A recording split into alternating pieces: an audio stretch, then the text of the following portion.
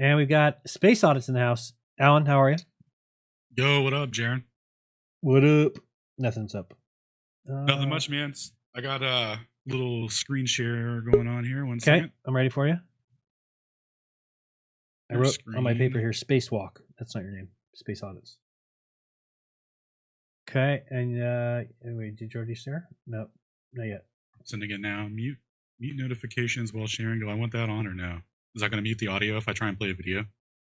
I have no idea. You're doing this from your phone? No, computer. I'll just allow it. Yeah, I don't know what that. I didn't even know that option was on there. Okay. So I see. Okay. So the other day when you read that his pronouncement book, I thought it would be cool to go through it and go through the sources that he cites. Okay. And track them down, see if they're all in context, and just follow up on them and stuff. All right.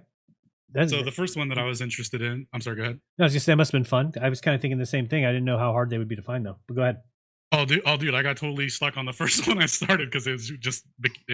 I'll walk you through what happened. Okay. So the first quote that I was going through was this Dunraven in a book called Navigation, where he says, "The sailing's day's work and all the problems solved by the help of the traverse tables would be impracticable on the supposition that the Earth is a sphere, and for the purposes of navigation, the Earth is treated as flat."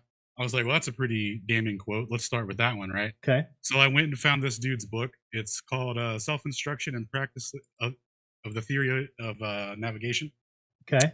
And the guy that wrote it, basically, he wrote it with the intentions that he felt that navigation was too hard for people to get into because they felt intimidated by the math and the trigonometry and all that.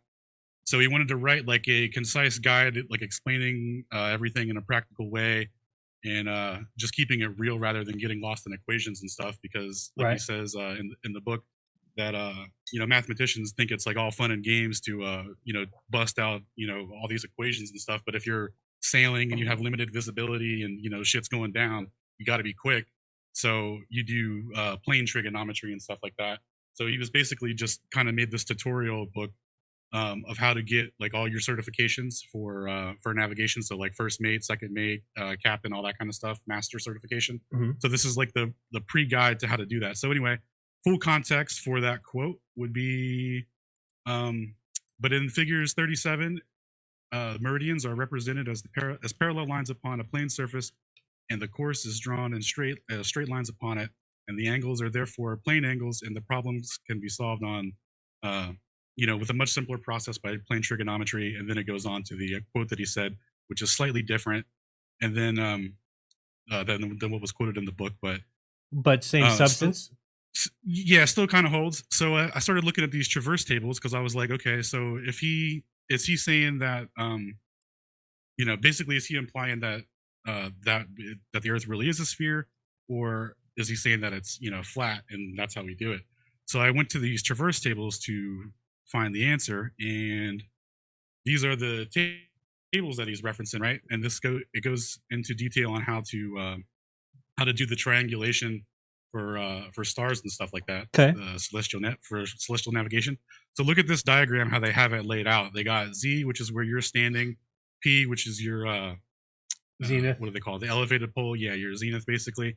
And then M they have out here. This is the celestial body that they're observing, and you see this D right here, with a perpendicular line going back to the original zenith, right? Okay, I mean, nothing can be seen, right, or nothing can be calculated below that? Yeah, well, this is where it gets interesting, right? So this is spherical trigonometry, this whole thing, because you know how they go back and forth and say, we use spherical trigonometry, therefore globe, and no one really knows what's going on. So look at this diagram. If you see this isn't quite a 90-degree angle, right? This is elevated up. And remember, this bottom one is supposed to be the celestial object, right? And this D is how they divide it, because they end up, it goes through the process here. They end up dividing the triangle to make the math easier. But anyway, look at how confusing this looks. It looks like you measure, some angle to the star, and then you start doing all this stuff, right? But what actually happens here is this right here. Now, since B is equal to 90 degrees minus D, minus B 90, so, and to get in what D is, what they're doing here is they're adding another line here, a horizontal line, if you will, like a plane, right? To make this an even 90, and then they're splitting it, and they're just getting the arc off of this. So if you you know how you have the personal atmospheric dome or the azimuthal grid of perception or whatever Right. they're calling it now. So this is kind of what they're accounting for. It's more or less perspective and not the curvature of the Earth, because plane trigonometry and spherical trigonometry, by nature of how they divide the triangle, implies a level plane. So even though they're doing spherical trig, it's not spherical trig in the sense that they're calculating it off of the shape of the Earth, right? Right. And then real quickly, coincidentally, Brian's Logic came out with a video today called "Do Spherical Triangles Exist?" And he goes over. Well, can you see this? Is a Yep. All right, I'm going to play this out for like a minute and Then you be done? let him explain what's happening. Yeah, let me see. Okay. Can you hear the audio okay? No audio. No audio. Okay. No problem. I came prepared. Can you pull this up on your screen? I have the timestamp ready. Yep. And then just put it on 2x play speed and let him walk through. Because it'll make sense with what they're doing with this deceptive with the deception here. Because without that parallel line here, you're thinking like it's you know, you're thinking that this is like spherical stuff, like it's more spherical than it is. You know what I mean? So let me know when you get that pulled up. It is up. Or do I need to stop sharing? Nope. We can see the website now. But where do you want me to start playing it from? Where the timestamp is? Yeah, it should be at like 11:51, 11:47, something like that. Yeah. Okay, so go ahead and put it on 2x and just play it out for a second. Oh, 2x? Yep. Change that to 180. Right. So there's something wrong here, right? Because I just get rid of this. Quiet. Right, there's my 91.86 degree angle. I'm moving. As you can see here, this line is not matching up with this green line. One second now. So going to settings very briefly, and I'm going to go to style. I'm going to this and color, bring that up and make it forward. Right, so as you can see, it's not referencing this green line. That's why it's not doing. What it is referencing is a segment between here and here. So that's what it's referencing. It won't reference this curved surface. It won't do that because you can't get an angle off a curved surface. So if I have two curved lines, how am I supposed to measure an angle between two curved lines? Pause when it, I can't even please. measure an angle with one curved line and one. Yep. Okay, so I couldn't hear the audio on it, so I don't know how far he's into it, but Just really from quiet. right there where he's at, he's trying to get it to, you know, draw an angle or whatever, and it's saying it can't do it because the surface is curved. Right. So what it automatically does is it applies, is like you see how he highlighted it in purple, and it makes that horizontal, yeah, for the 90. Right. So it like auto corrects for it. That's what they're doing basically. And that the whole video he did was really good because it explains how the calculations are done from the perspective of being in the center of the sphere, so that they can use these horizontal planes. I mean, it's crazy, dude, because they do quote unquote use spherical trigonometry, and this tripped me up for a bit because it kind of changes the context of those quotes. If he thought that the Earth was a sphere and the traverse tables were using spherical trigonometry, but the deception is that it's still based off of a plane.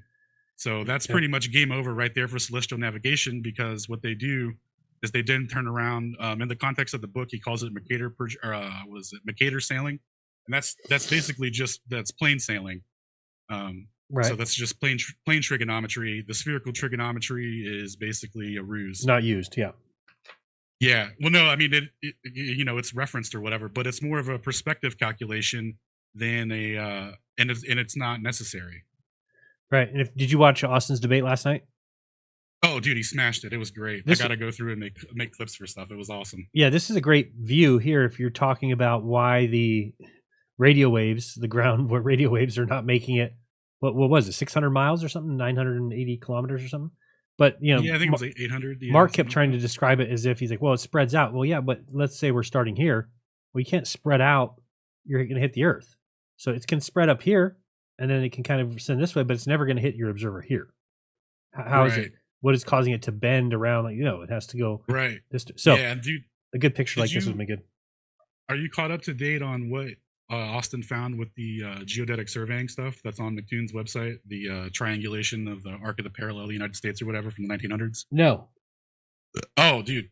So this kind of goes in tandem with how they're, you know, cooking the books, so to speak, and doing all this fake math. But yeah, he basically found out that before they even record the observations for the raw data, they do all this calculations.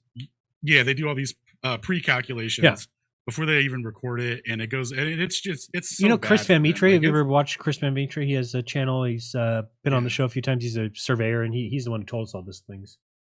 Yeah. Oh no shit. Okay, yeah, cool. I'll have to. Does he have a video on it too? Because I would love to Check out his absorb channel. all I don't the know what he information has on up that. still anymore, but Yeah. it's Chris Van Yeah. Mitre was the name of the channel. Yeah. So what I'm gonna do now is I'm working on a new presentation that lays out all this fake spherical stuff. Here's a little preview of it or whatever. Wait, what are you doing? Hold on, I But yeah. have to get you over here. Okay, you're Yeah, back. I'm just gonna tie it all together because it's basically, I mean, once you realize that they're not doing like, you know, spherical geometry in the way that they're talking about, because look, when you Google, let me show you a quick Google search of what when you do spherical trig.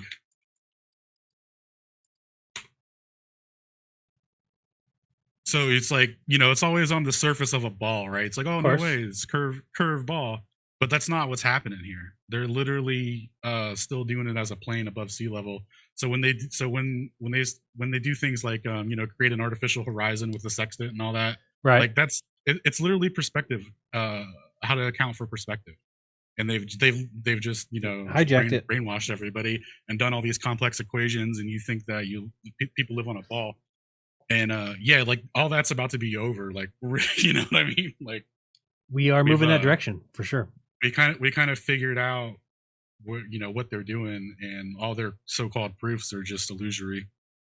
Absolutely. But anyway, that's all I had. All right. I'm gonna let you like go. I said, still working through it. And if I could, if anyone wants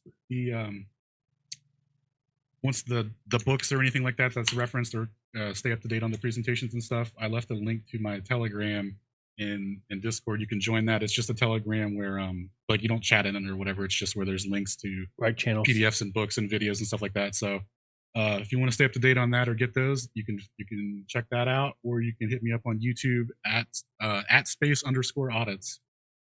Sweet. And that's all I got. Thanks, man. Hey, appreciate it. Thanks for everything you do, and good luck with the Thank you. And look up some more quotes. I like that idea in those books. There's a lot of good books in that set we were looking at. All right. Yeah, appreciate it. Yeah, it was full of good stuff. See ya. Let's go to Max.